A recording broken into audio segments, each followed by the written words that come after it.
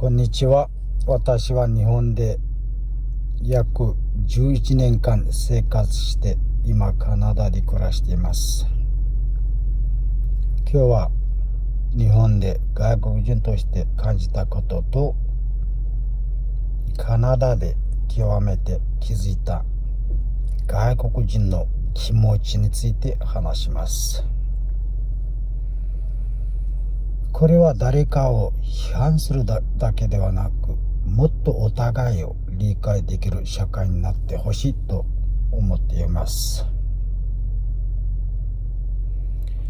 日本で暮らしていた時、私は多くの優しい人にも出会いました。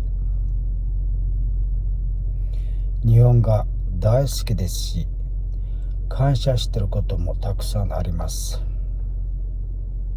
でも一方で時々外人と呼ばれたり、自分が少し距離を感じるように場面もありました。悪い意味ではないと分かっています。でもその時少しだけ自分はここに完全に入れていないのかなと感じることもありました。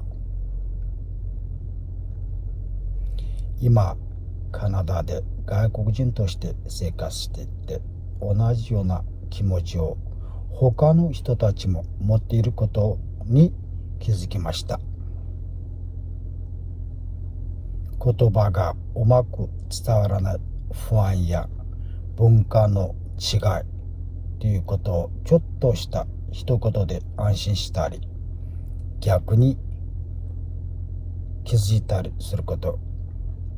外国人は特別な存在ではなくて、ただ新しい環境で頑張ってる人なんだと思うようになりました。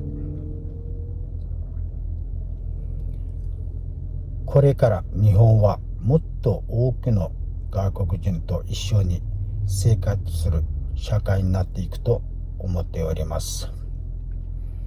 だからこそ少しだけでも外国人の気持ちを知ってもらえたら嬉しいです。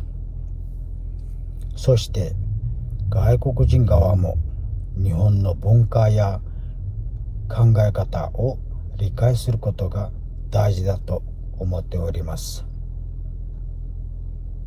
日本人と外国人は違う人ではなく同じ人間です。お互いを少し理解するだけでもっと住みやすい社会になると思います。